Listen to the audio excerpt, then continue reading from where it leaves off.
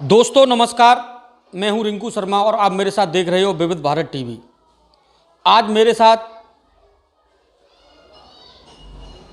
कायम कुरैशी नेताजी हैं जो राया नगर पंचायत के अध्यक्ष पद हेतु चुनावी मैदान में हैं और हम इनसे आज बात करते हैं इनके लिए, जनता के लिए क्या मुद्दे रहेंगे और किसको लेकर, किस विकास को लेकर ये चुनावी मैदान में हैं।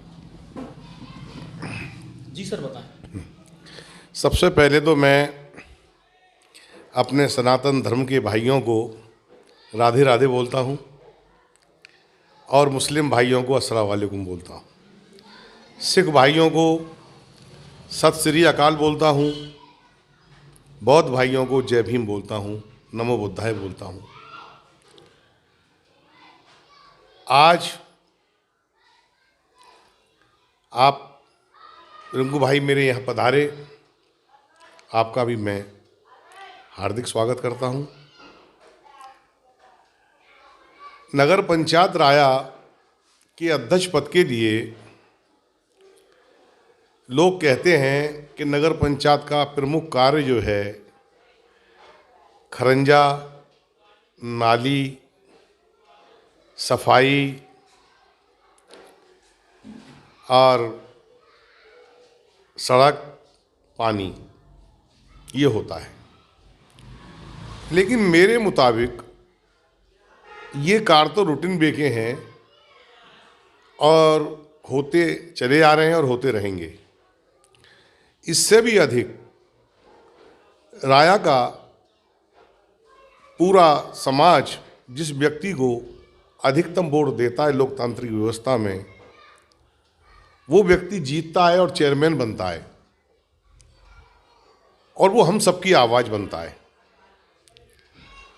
तो उस व्यक्ति का दायित्व केवल इन 5 बिंदुओं तक सीमित नहीं रहता, बल्कि नगर में कौन सुख दुख में है, नगर में सट्टेबाजी कैसे रोकी जाए जिससे लोग बर्बाद होते हैं, तमाम पैसा नगर के लोगों का और इस काम में चला जाता है, लोग असहाय हो जाते हैं।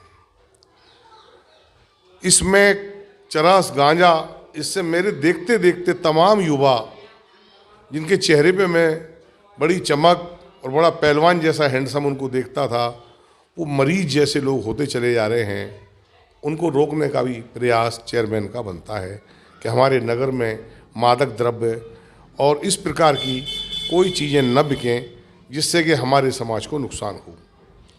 छोटी छोटी बातों पर लोग लड़ जाते हैं।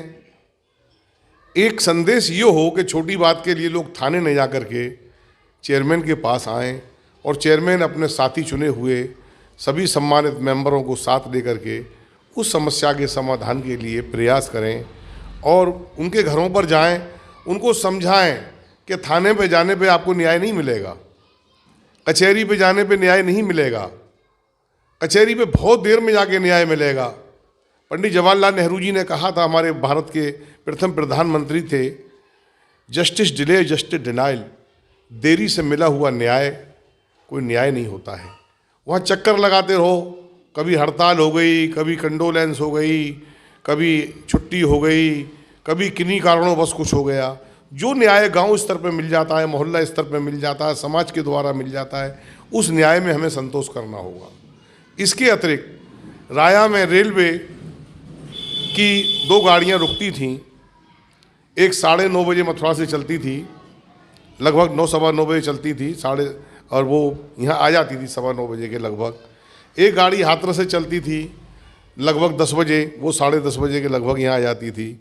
उन दोनों गाड़ियों से हमारे रायावासियों को बड़ा लाभ था और इतना लाभ था कि जो लोग रोज़ाना मेहनत करने, मजदूरी करने मथुरा जाते हैं और उनके दुकानदारों की दुकान सिटी में 9 बजे तक खुलती है और वो जो है वहाँ से फ्री होकर के स्टेशन पहुँच जाते थे और वो आराम से आ जाते थे। इधर जो राया से मथुरा जाने वाले लोग थे, हाथरस से राया आने वाले लोग थे, उनको वो गाड़ी सहूलियत देती थी। लेकिन दोनों गाड़ी बंद कर दी गई, राया पे उनका स्टॉपेज बंद कर दिया गया। गाड़ी चल रही है लेकिन उनको राया पे स्टॉपेज बंद कर दिया गया। किसी भी नगर पंचायत के पदाधिकारी ने ये प्रयास नहीं किया कि ये गाड़ी रुकनी चाहिए। इसी तरीके से नगर पंचायत के साथ पूरा राया है। जब नगर पंचायत के हमारे 14 सम्मानित मेंबर, हमारे माननीय चेयरमैन, हम सब लोगों के पास आएंगे और ये कहेंगे कि भाई 1000 की संख्या में इकट्ठे हो जाओ, जनहित का मुद्दा है, तो राया की जनता बिल्कुल निश्चित इकट्ठी होगी, उनकी नेक नियति के साथ उनका समर्थन करेगी और समस्या का समाधान होगा। आज राया के नागरिकगण छोटी छोटी समस्या के लिए नगर पंचायत कार्यालय पर जाते हैं, वहाँ पर किस तरीके से दुकानदारी लगी हुई है वो किसी से छुपी नहीं है। छोटा सा भी प्रमाण पत्र बनवाने जाओ तो वहाँ दुकानदारी के आधार पर ही काम होता है। अब इन कड़वी सत्यों को मैं कहता हूँ, थोड़ा लोगों को चुभेगी जरूर, लेकिन सच्चाई तो यही है, नगर की जनता भी जानती है। ये सादाबाद रोड पे जो मरघट है उसके पीछे कौन सी कॉलोनी है रिंकू भाई? महेश नगर है क्या है वो? उस कॉलोनी के अंदर जो है पूरे शहर का कचरा, टाउन एरिया कचरा उसमें डाल दिया गया।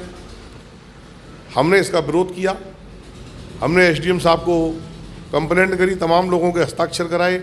एसडीएम साहब ने तहसीलदार साहब से और राजस्व टीम से जांच कराई और जांच करने के बाद वो जो है उसमें उन्होंने लिखा कि ये स्वच्छ भारत मिशन को जो है पलीता लगाया जा रहा है और उसी कचड़े के ऊपर थोड़ी मट्टी डलवा कर, थोड़ी गिट्टी डलवा के सड़क का निर्माण कर दिया गया। ईओ महोदय कहते हैं नगर पंचायत राया के कि अब तो डंपिंग ग्राउंड में सारा कचरा पहुंच रहा है, हमारी मेवा पोखर के पास रोजाना कचरा डालने।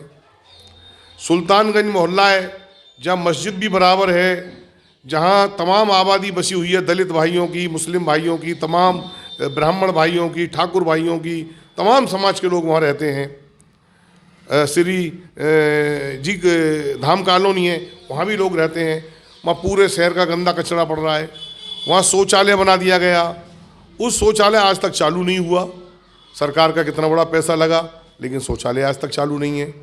रोड पर 2 शौचालय बना दिए गए, पीडब्ल्यूडी से इसकी अनुमति नहीं ली गई। पीडब्ल्यूडी जब चाहेगी इनको तोड़ देगी।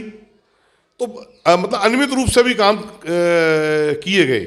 और तमाम मैं कितनी बातें बताऊंगा आपको कि ज़्यादा व्यक्तिगत में टिप्पणी नहीं करना चाहता, चुनावी माहौल है, जनता सब जानती है। इस बार आप चुनावी मैदान में हो तो जनता के लिए, विकास के लिए नए क्या मुद्दे रहेंगे आपके?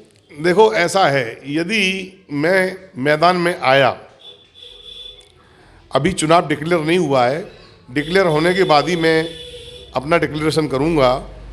मैंने पहले भी 15 दिन पहले ही डिक्लेरेशन किया था। मैं जनता का रोजाना काम करता हूं, मुझे ज़्यादा प्रचार करने की ज़रूरत नहीं है। मेरी रैली इतनी बड़ी निकली, लोगों ने देखा, किलोमीटरों लंबी रैली निकली, लोगों ने मुझसे पानी तक नहीं पिया और वो रैलियों में मेरे साथ रहे 3-3, 4-4 घंटे। लोगों ने मुझे वोट दिया जम के नैया। लेकिन मैं इतना जानता हूं कि अभी डिक्लेयर नहीं हुआ है चुनाव डिक्लेयर होने के बाद में मैं अपना घोषणा करूंगा। और मेरे मुद्दे तो ये है कि ठाकुर चकलेश्वर सिंह पूर्व सांसद मैं उनके बड़े नज़दीक था, बुजुर्गवार थे। वो कहते हैं जनता सबको जानती है, सबके अनुभव को जानती है कि कौन में कितनी क्षमता है, कौन आदमी संघर्ष कर सकता है, कौन आदमी लखनऊ दिल्ली से राया के जो है हमारे जो नागरिक हैं, हमारा जो नगर है, इसे सुंदर बनाने के लिए भला कर सकता है, कौन आदमी हमारे छोटे मोटे दुख में साथ दे सकता है, कौन आदमी रिस्क लेकर के हमारे लिए हमारी जो समस्या को अपने ऊपर झेल लेगा। ये राया की जनता सब जानती है। पिछली बार भी आप चुनावी मैदान में थे और बहुत नामात्र वोटों से आपकी हार हुई थी।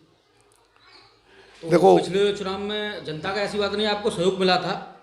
जनता का काफ़ी सहयोग मिला था और मैं इतना जानता हूँ कि मैं नाममात्र वोटों से हार गया। लोगों ने रिट करी, सारे हारे हुए प्रत्याशियों ने रिट करी, लेकिन मैंने रिट नहीं करी। मैंने जनता का आदेश को सिरोधार मान लिया और मैंने 5 साल में फिर भी जनता के कामों को निरंतर करता रहा। रोजाना लोग मेरे पास आते हैं अपनी अपनी समस्या लेके, मैं जाता हूँ और निरंतर फिर भी करता रहूँगा।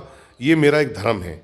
और मैं इतना जानता हूँ कि जनता का ये अधिकार है कि जिन लोगों को चुनती है वो उससे ये सवाल करे कि तू इधर उधर की बात न कर, तू इधर उधर की बात न कर, काफिला क्यों लुटा, हमें सिकवा राहजनों से नहीं है, तेरी रहवरी पर सवाल है। तू रहवर हमारे लिए क्या कर रहा था? तू अपने घर कैसे बैठा हुआ था? कितना धन तूने कमा लिया इसके अंदर से? अब मैं एक प्रश्न कहता हूं रिंकू भाई कि 100 का नोट अगर जेब में से गिर जाए कितना दुख होता है प्रत्येक व्यक्ति को।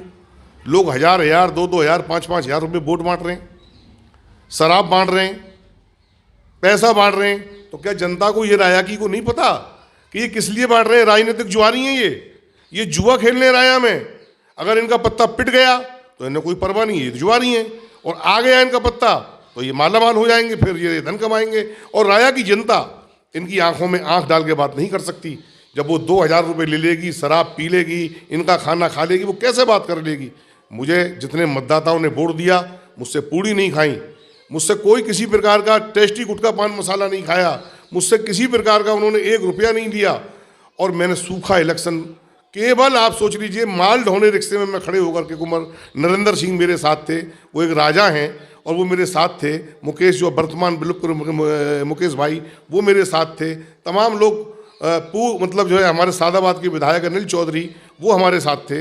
और उस रिक्शे में बैठ के हमने प्रचार किया। हमने तो गाड़ी का भी इस्तेमाल नहीं करा। लोग 50-50 गाड़ी लेके पर्चे भर के आए, हमारी तो सिर्फ एक गाड़ी पर्चा भरने के लिए गई और वो उसमें भी 5 लोग गए। तो सिंपल तरीके का चुनाव लड़ो अगर राया का विकास कर रहे हो। जब तुम इसमें पैसा लगा रहे हो, मैं एक प्रश्न कर रहा हूँ रिंकू भाई आपसे, आप भी राया के मतदाता हैं, और मैं एक सवाल कर रहा हूँ कि यदि राया का चेयरमैन पद का उम्मीदवार वो आपसे की सेवा के लिए और नगर की सेवा के लिए वोट मांगने आता है और वो आपसे अपेक्षा करता है कि भाई मैं अच्छा काम करूंगा, सब कहते हैं मैं अच्छा काम करूंगा, और फिर वो आपको 2,000 3,000 5,000 का लालच देता है और वो आपको पैसे देता है, वो आपकी सेवा भी करेगा और पैसे भी दे रहा है, 2 काम एक साथ हो सकते हैं? कभी नहीं हो सकते ना। वो पैसा दे रहा है आपको तो वही समझ लीजिए कि ये आदमी निश्चित बेईमानी करेगा। और वो जब बेईमानी करेगा और आप 1,000-2,000 रुपये, इधर डॉक्टर खा जाते हैं, वकील खा जाते हैं, कहीं पैसे गिर जाते हैं, 1,000-2,000 रुपये पर राया की जनता से मेरी अपील है, मेरी विनम्र प्रार्थना है कि इस बार का चुनाव आप ईमानदारी से करो। एक ऐसे व्यक्ति को चुनो जो तुम्हारे लिए संघर्ष कर सके, जिसको अनुभव हो, जिसके साथ ईमानदारी हो, जिसने रिश्वतखोरी दलाली न करी हो, जिसने जीवन में अपने में उसकी छवि बेदाग हो, उसको आप बनाइए, वो आपके काम आएगा 5 साल। और निश्चित रूप से एक संघे शक्ति कलयुगे, जब पूरा राया एक होगा उसकी ईमानदारी पर और पूरा राया उसके साथ चलेगा, वो राया की आवाज़ बनेगा, तो राया की जनता का कोई काम नहीं रुकेगा। मैं इन्हीं शब्दों के साथ राया की जनता से अनुरोध करता हूं कि यदि मैं लड़ा और आप लोगों ने मुझे प्यार दिया, समर्थन दिया, तो मैं ज़्यादा वादे नहीं करता हूं, मैं तो करके दिखाऊंगा, तब आपको मालूम पड़ेगा। और एक मेरा केवल लड़ने का उद्देश्य एक है कि एक बार राया की जनता ने यदि मुझे चुन दिया तो सदियों तक राया के लोग याद रखेंगे कि चेयरमैन हो तो ऐसा हो। लेकिन बदकिस्मती है कि कुछ लोग तो ये कह देते हैं कि भाई ये हिंदू नहीं है, अगर ये हिंदू होता तो बहुत बड़ा नेता होता। कुछ लोग ये कह देते हैं कि भाई ये जो है कि नाम है हमारे मुसलमानों में पार्टी बंदी है, कुछ लोग इसलिए साथ नहीं देते हैं। अरे मैंने तो भाई किसी का बुरा नहीं करा आज तक, मैंने किसी में थप्पड़ नहीं मारा, मुझ में आज तक किसी ने थप्पड़ नहीं मारा, मैंने आज तक किसी को गाली नहीं दी, मुझे आज तक किसी ने गाली नहीं दी। मैं सबका सम्मान करता हूं और आपके आदेशों का हर समय पालन करता हूं। आपने मुझे हरा दिया तो मुझे कोई आपसे शिकवा नहीं है, आप जिता दोगे तो मैं आपके काम आऊँगा। अब रही आपकी मर्जी। राया की जनता एक जौहरी है और उसी के अदालत में सब लोगों को जाना है, और मैं निश्चित रूप से इतना मानता हूं कि वो जौहरी हर प्रकार के समझदार लोग हैं राया में, हर प्रकार के बुद्धिमान लोग हैं, हर प्रकार के मतलब जो है उनके अंदर करुणा है, उनके अंदर दया है। वो सही फैसला इस बार लेंगे राया के भविष्य के लिए, राया के हित के लिए। इन्हीं शब्दों के साथ मैं सब लोगों को धन्यवाद देता हूँ, आभार प्रकट करता हूँ और एक निवेदन और करता हूँ, इस इलेक्शन में भाईचारे के साथ, खेल भावना के साथ शांतिपूर्ण इलेक्शन होना चाहिए और ऐसा लगे कि हारने के बाद भी लोग जीतने वाले प्रत्याशी के साथ राया का भला करें, कोई कटुता वैमनस्यता न हो और हमारा इलेक्शन शांतिपूर्वक हो। जय हिंद, जय भारत। अभी हमारे साथ कायम कुरैशी नेताजी थे, जो उन्होंने जनता के लिए भी विचार रखे हैं और अपने विचार भी रखे हैं। उन्होंने कहा है कि अगर समय आएगा तो मैं चुनावी मैदान में चुनाव लड़ूंगा और जनता मुझे अगर सपोर्ट करती है तो मैं, विकास के कई मुद्दे हैं मेरे पास और आने वाला समय बताएगा कि राया नगर की जनता के लिए विकास कैसा होता है। मथुरा से रिंकू शर्मा।